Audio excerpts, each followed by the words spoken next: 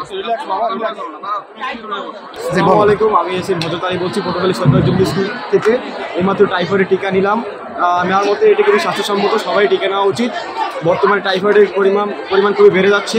আমরা যদি যথাসময়ে এই টিকাটি গ্রহণ করি তাহলে হয়তোবা এর থেকে প্রতিকার করতে পারবো অথবা প্রতিরোধ করতে পারবো।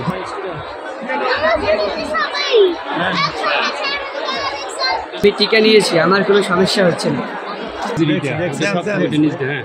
টাইফয়েড টিকাদান কর্মসূচি সারা দেশব্যাপী এই প্রথমবার সরকার শুরু করেছে। এটা অন্যান্য জেলার ন্যায় এই পটুয়াখালী জেলাতেও আজকে উদ্বোধন হতে যাচ্ছে। তো আমরা সকল শিশু 9 মাস বয়স থেকে 15 বছরের কম বয়স পর্যন্ত সকল শিশু যেন এটার আওতায় আসে সেই বিষয়ে আমরা জোরদার প্রচেষ্টা চালিয়েছি। আশা করি আমরা সফল হব, আমি সফলতা কামনা করি।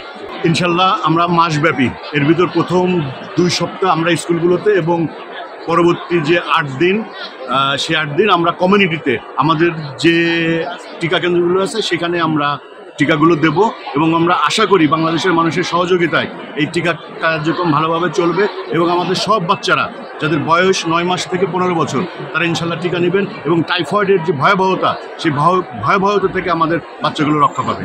আমরা আনন্দিত এবং গর্বিত যে বর্তমান গভর্নমেন্ট এই টাইফয়েড টিকাদান কর্মসূচি শুরু করেছেন। আজকে থেকে শুরু হচ্ছে, মাসব্যাপী চলবে।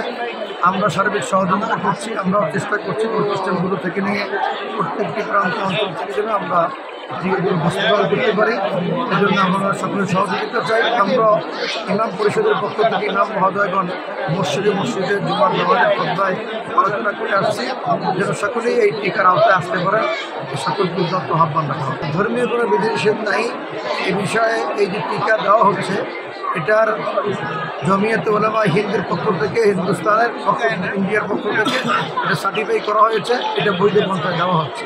এটা সার্টিফাইড কপিটাও তাদের নিকট রয়েছে, আমাদের নিকটে প্রেরণ করেছে।